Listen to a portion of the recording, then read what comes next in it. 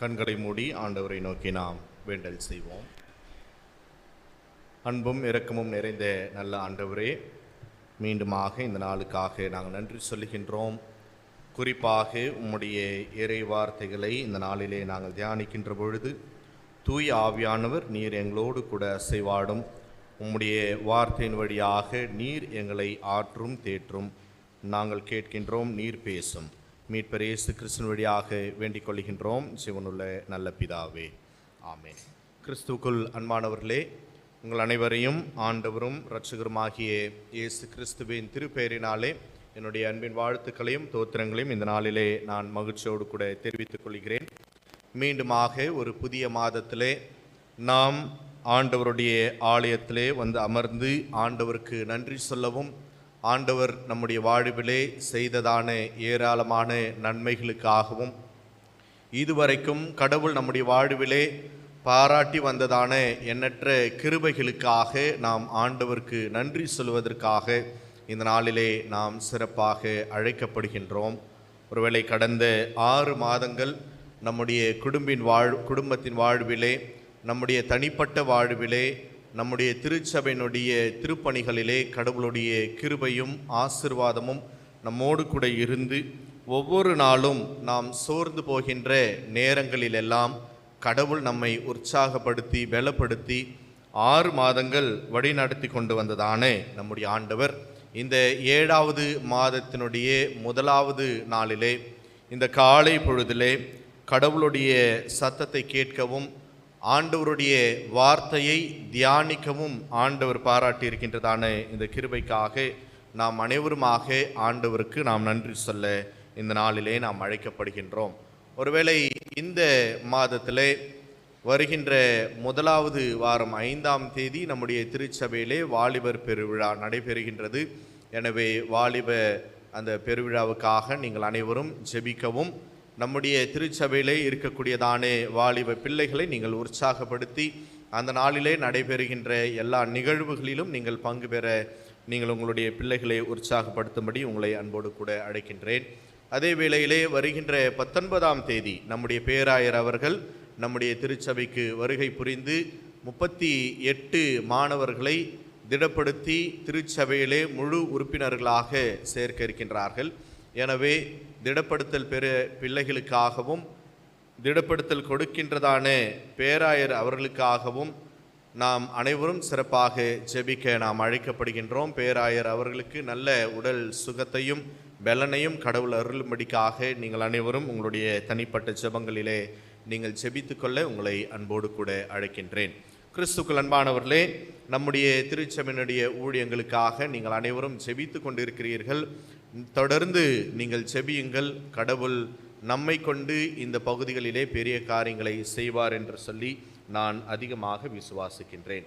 அன்பானவர்களே, இந்த மாதத்திலே நாம் தியானிக்கும்படியாக அல்லது கடவுள் இந்த நாளிலே நம்மோடு கூட பேசுவதற்காக கொடுத்திருக்கின்றதான வாக்குறுதி என்ன அப்படின்னு சொல்லி பார்த்தீங்கன்னா, எரேமியா தீர்க்கதரிசியின் புத்தகம் 33வது அதிகாரம் 3வது வசனத்தை ஒருவர் வாசியுங்கள். எரேமியா 33:3 வசனம்.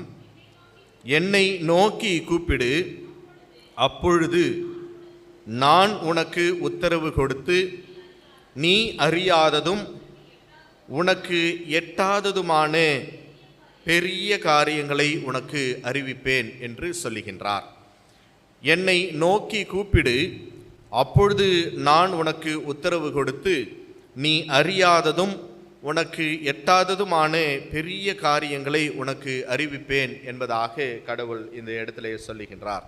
Call unto me and I will answer you and tell you great and unsearchable things you do not know என்று ஆண்டவர் சொல்லுகின்றார். ஒருவேளை இந்த பகுதியை எரேமியா தீர்க்கதரிசிக்கு கடவுள் உரைக்கின்ற பொழுது, கடவுள் இந்த தீர்க்க தரிசனத்தை வெளிப்படுத்துகின்ற பொழுது, எரேமியா எப்படிப்பட்டதான இடத்திலே அல்லது எப்படிப்பட்டதான ஒரு சூழ்நிலையிலே அவர் இருக்கின்றார் என்று சொன்னால், அவர் லிட்ரலா ஒரு சிறைச்சாலையிலே அவர் இருந்து கொண்டிருக்கின்றார். அவரை சிறைபிடித்து வைத்து கொண்டிருக்கின்றதான ஒரு சூழ்நிலையிலே தான் எரேமியாவுக்கு கடவுள் இந்த வார்த்தையை சொல்லுகின்றார். என்னை நோக்கி நீ கூப்பிடு. சிறைச்சாலை போன்றதான உன்னுடைய வாழ்க்கை அடைபட்டு போய் இருக்கும் என்று சொன்னால் ஆண்டவர் சொல்லுகின்றார், என்னை நோக்கி நீ கூப்பிடு என்று சொல்லுகின்றார். வாசிங்க 33வது அதிகாரம் 1வது வசனத்தை வாசிக்கின்ற பொழுது, எரேமியா இன்னும் காவற்சாலையின் முற்றத்திலே அடைக்கப்பட்டிருக்கையிலே கர்த்தருடைய வார்த்தை இரண்டாம் தரம் எரேமியாவுக்கு உண்டாகின்றது. சிறைச்சாலையிலே இருக்கின்ற பொழுது சிறைச்சாலையினுடைய வாசல்களிலே அவர் முற்றத்திலே அவர் அடைபட்டு இருக்கின்ற பொழுது முதல் முறை அல்ல, மாறாக 2 முறை கடவுள் இந்த வார்த்தையை சொல்லுகின்றார். என்ன வார்த்தை சொல்லுகிறார் என்று சொன்னால், நான் இந்த காரியங்களை செய்ய போகின்றேன். இஸ்ரவேல் மக்கள் அடிமைகளாக இருக்கின்றார்கள். குறிப்பாக கடவுளை விட்டு எப்பொழுதெல்லாம் அவர்கள் விலகி செல்லுகின்றார்களோ அப்பொழுதெல்லாம் கடவுளுடைய கோபாக்கினைகள் அவர் மீது வரும் என்கின்றதான அந்த தீர்க்கதரிசின் மத்தியிலேயும் எச்சரிப்பின் வார்த்தையின் மத்தியிலேயும் கடவுள் எரேமியா தீர்க்கதரிசின் வழியாக ஒரு கிருபையின் வார்த்தையாக இந்த வார்த்தையை சொல்லுகின்றார். இது எச்சரிப்பின் வார்த்தை மட்டுமல்ல, மாறாக இது ஒரு கிருபை நிறைந்த ஒரு வார்த்தையாக எரேமியா பாபிலோனிலே இருக்கக்கூடியதான இஸ்ரவேல் மக்களுக்கு எடுத்துரைக்கின்றதான மிக சிறந்த ஒரு வார்த்தை. குறிப்பாக தன்னுடைய தீர்க்க தரிசன ஊழியத்திலே எரேமியாவுக்கு சொல்லப்படுகின்றதான ஒரு கிருபை நிறைந்த வார்த்தை. நான் ஏன் இப்படிப்பட்டதான தீர்க்க தரிசன ஊழியத்தை செய்ய வேண்டும் என்று சொல்லி சிறைச்சாலையிலே அடிபட்டு இருக்கின்றதான ஒரு சூழ்நிலையிலே எரேமியாவுக்கு ஆறுதலான ஒரு வார்த்தையை சொல்லுகின்றார். என்ன சொல்றார் பாருங்க, என்னை நோக்கி நீ கூப்பிடு என்று சொல்லுகின்றார். கால் அன்டு மீ, என்னை நோக்கி நீ கூப்பிடு. எப்பொழுதெல்லாம் நாம் கடவுளை நோக்கி நாம் கூப்பிடுகின்றோமோ கடவுள் நம்முடைய வேண்டுதல்களையும் நம்முடைய கூப்பிடுதல்களையும் கடவுள் கேட்கின்ற ஆண்டவராக நம்முடைய ஆண்டவர் செயலாற்றுகின்றார். அல்லேலூயா, அல்லேலூயா. ஆகவே எரேமியாவுக்கு உரைத்ததான அதே தீர்க்க தரிசன வார்த்தை இன்றைக்கு தூய பேதுரு ஆலயத்தினுடைய இறை குடும்பத்தினராகிய நமக்கும் ஆண்டவர் சொல்லுகின்றார், என்னை நோக்கி நீ கூப்பிடு என்று சொல்லுகின்றார். ஒருவேளை கடவுள் இந்த இடத்திலே நாம் பார்க்கின்ற பொழுது 3 சி, ABC என்று சொல்லி இருக்கிறது அல்லவா? அப்படியாக 3 சி ஆக இந்த பகுதியை நாம் பார்க்க வேண்டும். என்னை நோக்கி நீ கூப்பிடு அப்படின்ற பொழுது முதலிலே இட் இஸ் அ கமாண்ட், ஒரு கட்டளையாக யாவே கடவுள் எரேமியாவுக்கு இதை சொல்லுகின்றார். நீ எங்கிருக்கின்ற பொழுதெல்லாம் நீ என்னை நோக்கி கூப்பிடு. எல்லா இடங்களிலும் கடவுளை நோக்கி நாம் கூப்பிட வேண்டும். ஒரு கட்டளையின் வார்த்தையாக எரேமியாவுக்கு இதை உரைக்கின்றார். இரண்டாவது என்ன அப்படின்னு பார்த்தீங்கன்னா, it is not only a command but also it is a call. ஒரு அழைப்பாக எரேமியாவுக்கு இதை கொடுக்கின்றார். நீ என்னை நோக்கி கூப்பிடு. சிறைச்சாலையின் கதவுகள் மூடப்பட்டு உன்னுடைய வாழ்க்கையிலே நம்பிக்கை குன்றி இருக்கின்றதான சூழ்நிலை உனக்கு காணப்படுகிறதா? என்னை நோக்கி கூப்பிடு என்று சொல்லுகின்றார். ஒரு அழைப்பை கொடுக்கின்றார். மூன்றாவது சி என்ன அப்படின்னு பார்த்தீங்கன்னா, இட் இஸ் a சான்ஸ். எரேமியாவுக்கு மீண்டுமாக ஒரு வாய்ப்பை கொடுக்கின்றார். நீ என்னை நோக்கி கூப்பிடு என்கின்றதான வாய்ப்பை கொடுக்கின்றார். பல நேரங்களிலே இன்றைக்கு நாம இந்த கட்டளையை ஏற்றுக்கொண்டு கிறிஸ்தவர்களாகிய நாம் கடவுளை நோக்கி நாம் பார்க்கின்ற இறை மக்களாக இருக்க நாம் அழைக்கப்படுகின்றோம். இது ஒரு கட்டளை மட்டுமல்ல, இது ஒரு அழைப்பாக இந்த நாளிலே நாம் அதை நினைத்து கொண்டு எப்பொழுதெல்லாம் நமக்கு வாழ்க்கை குன்றி போய் இருக்கின்றதோ அல்லது எப்பொழுதெல்லாம் நம்முடைய வாழ்க்கையானது சிறைச்சாலை போன்றதான காரிருள் சூழ்ந்திருக்கின்றதோ அப்பொழுதெல்லாம் நாம் கடவுளை நோக்கி கூப்பிடுவதற்கு கடவுள் நமக்கு ஒரு வாய்ப்பை ஏற்படுத்தி கொடுக்கின்றார், ஒரு அழைப்பை கொடுக்கின்றார். இது ஒரு சான்ஸாக இருக்கிறது.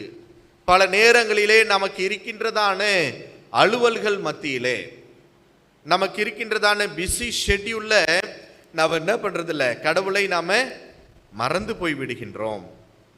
மீண்டுமாக ஒரு வாய்ப்பை கொடுக்கின்றார். God is giving another chance to Jeremiah. என்னை நோக்கி நீ கூப்பிடு. உன்னுடைய பிஸியான நேரங்களிலே பிள்ளைகளை பார்த்து கொள்ள நேரம் இல்லை, பிள்ளைகளுக்கு சாப்பாடு கட்டி அவங்களுக்கு ஸ்கூலுக்கு காலேஜுக்கு அனுப்புறதுக்கு நேரம் இல்லை, நான் வேலைக்கு போயிட்டு வீட்டுக்கு வர்றதுக்கு லேட் ஆயிடுது. இப்படிப்பட்டதான நேரங்களில் எல்லாம் நாம் கடவுளை மறந்து போய் இருக்கின்றதான சூழ்நிலையிலே ஆண்டவர் நமக்கு மீண்டுமாக ஒரு வாய்ப்பின் அழைப்பாக கடவுள் சொல்லுகின்றார், என்னை நோக்கி நீ கூப்பிடு என்று சொல்லுகின்றார். அப்ப இது ஒரு கமாண்டாக, இது ஒரு காலாக, இது ஒரு சான்ஸாக இன்றைக்கு நாம் எடுத்துக்கொண்டு இந்த மாதத்தின் முதல் நாளில் இருந்து நாம் கடவுளை நோக்கி அழைக்க, கடவுளை நோக்கி நாம் மன்றாடுவதற்கு இந்த நாளிலே நாம் அழைக்கப்படுகின்றோம்.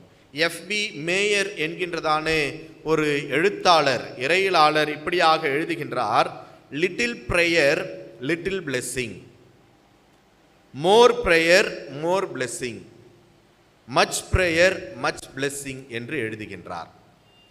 நாம் குறைவாக ஜெபிக்கின்ற பொழுது, குறைவாக நாம் கடவுளை நோக்கி கூப்பிடுகின்ற பொழுது குறைவான ஆசீர்வாதத்தையே நாம் பெற முடியுமாம். நாம் அதிகமாக நாம் ஜெபிக்கின்ற பொழுது நாம் அதிகமான ஆசீர்வாதங்களை கடவுளுடைய கரத்திலிருந்து நாம் பெற்றுக்கொள்ளுகின்றோம் என்பதாக எஃப்பி மேயர் என்கின்றதான இறையியலாளர் இதை எழுதுகின்றார்.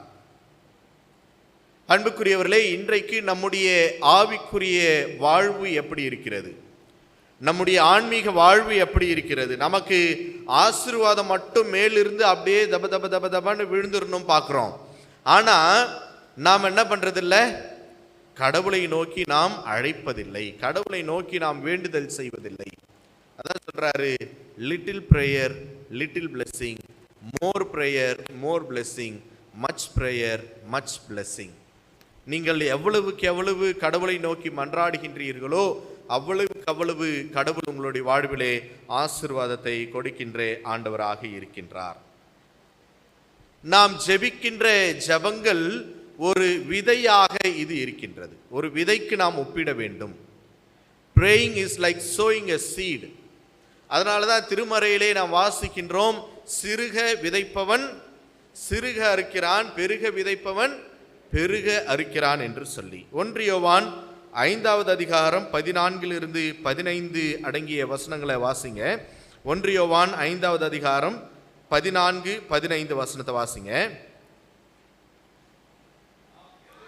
நாம் எதையாகிலும் அவருடைய சித்தத்தின்படி நாம் கேட்டால், நாம் கடவுளை நோக்கி அழைக்கின்ற பொழுது, கடவுளை நோக்கி நாம் மன்றாடுகின்ற பொழுது அவருடைய சித்தத்திற்கு ஒப்பு கொடுத்து நாம் மன்றாட வேண்டும். அதை தான் இந்த பகுதி மிக தெளிவாக நமக்கு சொல்லுகின்றது. நாம் எதையாகிலும் அவருடைய சித்தத்தின்படி நாம் கேட்டால் அவர் நமக்கு என்ன பண்றாராம்?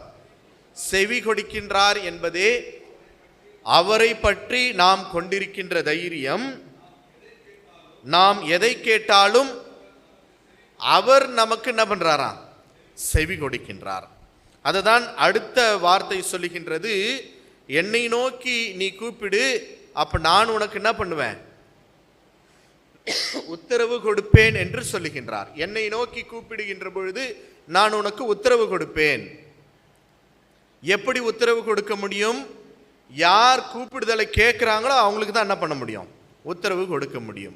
அப்ப ஆண்டவர் 5வது அதிகாரம் 15வது வசனத்தில் சொல்றாரு, நாம் எதை கேட்டாலும் அவர் நமக்கு என்ன பண்றாராம்? செவி கொடுக்கின்றார் என்பதை நாம் அறிந்திருந்தோமேயானால் அவரிடத்தில் நாம் கேட்டவைகளை பெற்று கொண்டிருக்கின்றோம் என்று சொல்லி நாம் அறிந்திருக்கின்றோம் என்பதாக இந்த பகுதி நமக்கு சொல்லுகின்றது. ஆகவே இந்த நாளிலே ஆண்டவரை நோக்கி நாம் அழைக்க வேண்டும். நம்மால் இயன்ற வரைக்கும் நாம் எவ்வளவு நாம் ஜெபிப்பதிலே நேரங்களை செலவிட முடியுமோ அவ்வளவு நாம் ஜெபிப்பதிலே நம்முடைய நேரங்களை நாம் செலவிட வேண்டும். அது மட்டுமல்ல, கர்த்தருடைய சித்தத்தின்படி ஒப்பு கொடுத்து நாம் கேட்கின்ற பொழுது கடவுள் என்ன செய்கிறார் பாருங்க. உத்தரவு கொடுக்கின்ற ஆண்டவர் மட்டுமல்ல, நீ அறியாததும் உனக்கு எட்டாததுமான பெரிய காரியங்களை நான் என்ன பண்ணுவேன்? உனக்கு அறிவிப்பேன் என்று சொல்லுகின்றார். I will tell you and I will answer you and tell you a great and unsearchable things you do not know. நமக்கு தெரியாத காரியங்களை கடவுள் நமக்கு வெளிப்படுத்துகின்றார். வாழ்க்கை எப்படி இருக்க வேண்டும் என்று சொல்லி தெரியாமல் இருக்கின்ற சூழ்நிலையிலே ஆண்டவர் சொல்லுகின்றார், என்னை நோக்கி நீ கூப்பிடுகின்ற பொழுது நான் உனக்கு அறியாததும் உனக்கு எட்டாததுமான பெரிய காரியங்களை உனக்கு செய்வேன். அது எப்படி முடியும் என்பது உனக்கு தெரியாது, நமக்கு தெரியாது. நமக்கு இருக்கின்றதான அந்த சின்ன மூளைக்கு நம்முடைய வாழ்க்கை எப்படி போகும் அப்படின்னு தெரியாது. மாறாக கடவுள் எல்லா சூழ்நிலைகளையும் மாற்றி அமைக்கின்ற ஆண்டவராக இருக்கின்றார். அல்லேலூயா. அப்ப ஆண்டவர் சொல்லுகின்றார், நீ அறியாததும் உனக்கு எட்டாததுமான பெரிய காரியங்களை செய்வேன் என்று சொல்லுகின்ற பொழுது ஆண்டவராகிய கடவுள் இயேசுவானவர் ஒரு கடலிலே பயணித்து கொண்டிருக்கின்ற பொழுது பெரிய அலை ஒன்று அவர்களை சூழ்ந்து கொள்ளுகின்றது.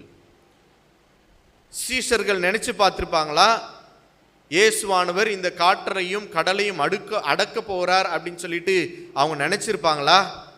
நினைத்திருக்க மாட்டாங்க. அவங்களுக்கெல்லாம் ஒரு அங்கலாய்ப்பு என்ன அப்படின்னு சொன்னீங்கன்னா, இயேசுவே நாங்க சாக போகிறோமே, நீர் நிம்மதியாக உறங்கிக் கொண்டிருக்கிறீரே என்கின்றதானே ஒரு பெரிய ஒரு அங்கலாய்ப்பு தான் அவர்களுக்கு இருந்ததே ஒழிய கடவுளிடத்தில் இருந்தான விசுவாசம் என்ன ஆயிடுச்சு, அவங்களுக்கு குன்றி போனது. வாசிங்க மத்தேயு 8வது அதிகாரம் 27வது வசனத்தை நீங்க வாசிங்க. மத்தேயு 8:27. அந்த மனுஷர்கள் ஆச்சரியப்படுகின்றார்கள். என்ன ஆச்சரியப்படுறாங்கன்னா, அவர்கள் அறியாததும் அவர்களுக்கு எட்டாததுமான பெரிய காரியத்தை ஆண்டவர் என்ன பண்ணாரு, நிகழ்த்தியிருக்கின்றார்.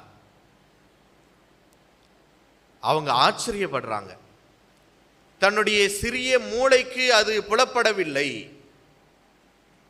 அவருடைய விசுவாசத்திற்கு அந்த காரியங்கள் வெளிப்படுத்தப்படவில்லை. ஆச்சரியப்பட்டு அப்ப சொல்றாங்க பாருங்க, இவர் எப்படிப்பட்டவரோ, காற்றும் கடலும் இவருக்கு என்ன ஆகுதான், கீழ்ப்படுகிறதே என்று சொல்லி கேட்கின்றார்கள். காற்றும் கடலும் இவருக்கு கீழ்ப்படுகின்றதே. ஒருவேளை நீங்க யோசிச்சு பாருங்க, காற்றும் கடவுளும் ஒரு மனிதருக்கு கீழ்ப்படிய முடியுமா? முடியும். எப்படி முடியும்? அது நம்முடைய அறிவுக்கு அது புலப்படாது, நம்முடைய அறிவுக்கு அது எட்டாது, நாம் நினைக்கின்ற நினைவுக்கு அது வெளிப்படுத்த முடியாது. ஆனால் கடவுள் நினைத்தால் எல்லாவற்றையும் எல்லா சூழ்நிலைகளையும் மாற்ற முடியும் என்றே இந்த நாளிலே நாம் பார்க்கின்றோம். கடவுள் நினைக்கின்ற பொழுது எல்லா சூழ்நிலைகளையும் மாற்றுவதற்கு கடவுள் போதுமானவராக இருக்கின்றார். நாம செய்ய வேண்டியதெல்லாம் ஒன்னே ஒண்ணுதான். என்ன பண்ணணும்? ஆண்டவரை நோக்கி நாம் கூப்பிட வேண்டும். அப்ப கூப்பிடும் பொழுது எப்படிப்பட்டதான ஆசீர்வாதங்களை கொடுக்கிறார் அப்படின்னு பாருங்க. 6வது வசனத்தை வாசிங்க. நான் அவர்களுக்கு சௌக்கியமாய் நான் என்ன பண்றேன், வரப்பண்ணுகின்றேன். சௌக்கியமும் ஆரோக்கியத்தையும் நான் அவர்களுக்கு வரப்பண்ணி அவர்களை குணமாக்கி அவர்களுக்கு பரிபூரண சமாதானத்தையும் சத்தியத்தையும் நான் வெளிப்படுத்துவேன். சௌக்கியமா இருக்கிறீங்களா அப்படின்னு கேட்பாங்க, இல்ல நல்லா இருக்கிறீங்களா அப்படின்னு கேட்பாங்க.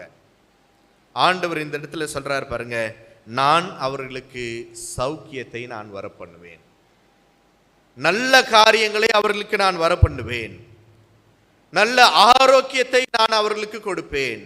ஆரோக்கியத்தை இழந்திருக்கின்றார்கள். கொடுமையின் வேதையினாலே அவர்கள் அகப்பட்டு கொண்டிருக்கின்ற பொழுது பலன் குன்றி போய் இருக்கின்றது. இப்படிப்பட்டதான நேரத்திலே எரேமியா தீர்க்கதரிசியின் வழியாக ஆண்டவர் எடுத்துரைக்கின்றார், நான் அவர்களுக்கு சௌக்கியமும் ஆரோக்கியத்தையும் வரப்பண்ணி அவர்களை நான் குணமாக்குவேன்.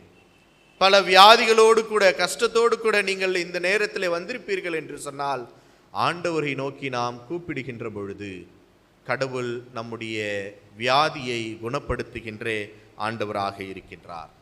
அது மட்டுமல்ல, பரிபூரண சமாதானத்தையும் சத்தியத்தையும் நான் வெளிப்படுத்துவேன். அது எப்படி இருக்கும் அப்படின்னு சொன்னீங்கன்னா, கடவுளுடைய பார்வைக்கு அது எப்படி இருக்கும்? உன்னையும் என்னையும் கடவுள் ஆசீர்வதிக்கின்ற பொழுது, நம்மை கடவுள் ஆசீர்வதிக்கின்ற பொழுது அது எப்படிப்பட்டதான ஆசீர்வாதமாக கடவுள் பார்வையில் இருக்கும் அப்படின்றத 9வது வசனத்துல வாசிக்கும் பொழுது அந்த இடத்துல சொல்றாரு பாருங்க, அது எனக்கு மகிழ்ச்சியுள்ள கீர்த்தியாயும் புகழ்ச்சியாயும் மகிமையாயும் இருக்கும். கிறிஸ்துக்கள் அன்பானவர்களே, கடவுள் நம்மை ஆசீர்வதிக்கின்ற சூழ்நிலையிலே கடவுள் நமக்கு எப்படிப்பட்டதான ஆசீர்வாதத்தை கொடுக்கிறார் என்று சொன்னா, அவரே நம்மளை பார்த்து என்ன பண்ணுவாராம்? அவர் நம்ம பார்த்து மகிழ்ச்சியா இருப்பார்.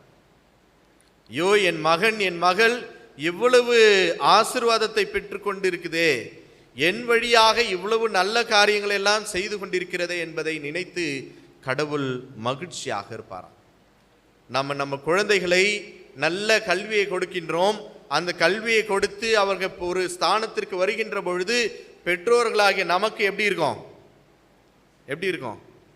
சந்தோஷமா இருக்கும்ல. அப்படிதான் கடவுளும் கூட நமக்கு ஆசீர்வாதத்தை கொடுத்து அவர் அந்த ஆசீர்வாதத்தின் வழியாக கடவுள் மகிழ்ச்சியாக இருக்கின்றார். கடவுளுக்கு கீர்த்தியும் புகழ்ச்சியும் மகிமையுமாக இருக்கும் என்று சொல்லப்படுகின்றது. கிறிஸ்துக்கள் அன்பானவர்களே, இந்த காலை நேரத்திலே ஆண்டவருடைய திருப்பாதத்திலே அமர்ந்திருக்கின்றதான நம்மை பார்த்து ஆண்டவர் சொல்லுகின்றார். எரேமியா தீர்க்கதரிசிக்கு உரைத்ததான வார்த்தை இன்றைக்கு நமக்கும் ஆண்டவர் சொல்லுகின்றார். என்னை நோக்கி நீ கூப்பிடு, என்னை நோக்கி நீ கூப்பிடுகின்ற பொழுது நான் உனக்கு உத்தரவு கொடுப்பேன். நான் உனக்கு அறியாததும் உனக்கு எட்டாததுமான பெரிய காரியங்களை நான் செய்து உன்னுடைய வாழ்வில் ஏற்படுகின்றதான இந்த ஆசீர்வாதம், உன்னுடைய வாழ்விலே ஏற்படுகின்றதான இந்த சௌக்கியமும் ஆரோக்கியத்தையும் பார்த்து நான் மகிமைப்படுவேன், நான் மகிழ்ச்சி அடைவேன் என்று சொல்லி ஆண்டவர் இந்த நாளிலே நம்மை அழைக்கின்றார். எனவே இப்படிப்பட்டதான நம்பிக்கையோடு கூட நம்முடைய வாழ்வை நாம் பயணிப்போம். கடவுள் நம்மையும் நம்முடைய குடும்பங்களையும் நம்முடைய ஊழியங்களையும் நம்முடைய வேலை ஸ்தலங்களையும் நம்முடைய வியாபாரங்களையும் கடவுள் நிறைவாக ஆசீர்வதிப்பாராக. கண்களை மூடி ஆண்டவரை நோக்கி நாம் பார்க்கலாம். அன்பின் ஆண்டவரே, இந்த நாளிலேயும் உம்முடைய வார்த்தையின் வழியாக நீர் எங்களோடு கூட பேசியிருக்கின்றீர். நான் உனக்கு சௌக்கியமும் ஆரோக்கியத்தையும் வரப்பண்ணி சமாதானத்தையும் சந்தோஷத்தையும் சத்தியத்தையும் நிலைத்திருக்கின்ற ஒரு ஆசீர்வாதத்தை உனக்கு கொடுப்பேன். அந்த ஆசீர்வாதத்தின் வழியாக நான் மகிழ்ச்சியாகவும் கீர்த்தியாகவும் புகழ்ச்சியாக இன்றைக்கு நீர் இருக்கின்றீர் என்பதை நாங்கள் உணர்ந்து கொள்ளுகின்றோம் சுவாமி. இந்த நாளிலேயும் ஆண்டவரே, எங்களுக்கு கொடுத்திருக்கின்றதான இந்த உத்தரவு, என்னை நோக்கி கூப்பிடு என்கின்றதான அந்த கட்டளைக்கு இணங்க எங்களுடைய ஆன்மீகத்தை நாங்கள் வளர்த்து கொள்ள நீர் எங்களுக்கு அருள் செய்யுங்க சுவாமி. ஆண்டவரே, எங்களை பார்த்து ஒரு அழைப்பை நீர் கொடுக்கின்றீர். எங்களுக்கு மீண்டுமாக ஒரு வாய்ப்பினை நீர் ஏற்படுத்தி கொடுக்கின்றீர் தகப்பனே. அந்த அழைப்பையும் வாய்ப்பையும் நாங்கள் சரியாக பயன்படுத்தி கொண்டு உம்மை நோக்கி நாங்கள் பார்க்கவும், உம்மை நோக்கி நாங்கள் மன்றாடுவதற்கு நீர் எங்களுக்கு துணை செய்ய வேண்டுமாறு நாங்கள் செபிக்கின்றோம். நாங்கள் மன்றாடுகின்ற பொழுது நீர் எங்களுக்கு மறு உத்தரவு கொடுத்து, சுவாமி, நாங்கள் அறியாததும் எங்களுடைய இந்த சின்ன மூளைக்கு எங்களுடைய நினைவுகளுக்கு எட்டாததுமான பெரிய காரியங்களை நீர் செய்கின்றீர் என்று சொல்லி நாங்கள் விசுவாசிக்கின்றோம் தகப்பனே. தொடர்ந்து எங்களையும் மீதியான நேரத்தையும் நீர் ஆசீர்வதித்து தாரும். மீட்பர் இயேசு கிறிஸ்து வழியாக ஜெபிக்கின்றோம் பிதாவே.